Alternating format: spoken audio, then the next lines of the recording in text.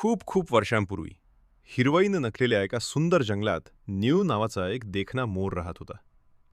त्याचे पिसाऱ्यासारखे निळे हिरवे पंख, चमचमणारी डोळ्यासारखी ठिपके आणि राजेशाही चाल सगळ्यांनाच भुर्र घालायची.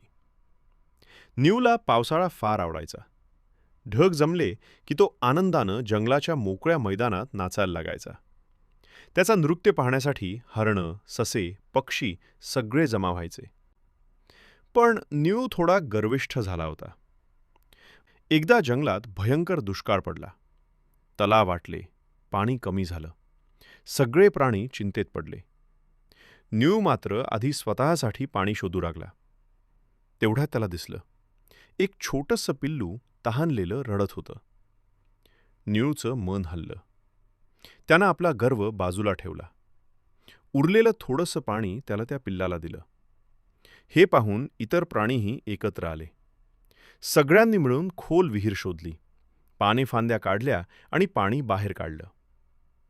काही दिवसांनी पावसानं जोरदार हजेरी लावली. जंगल पुन्हा हिरवं झालं. त्या दिवशी न्यू जेव्हा नाचला, तेव्हा त्याचा नृत्य फक्त सौंदर्याचा नव्हता, तो दयाळूपणाचा आणि एकतेचा उत्सव होता. तेव्हापासून न्यू म्हणायचा, खरं सौंदर्य पिसात नाही तर मनात असतं. बोध: गर्वापेक्षा दयाळूपणा मोठा असतो. एकत्र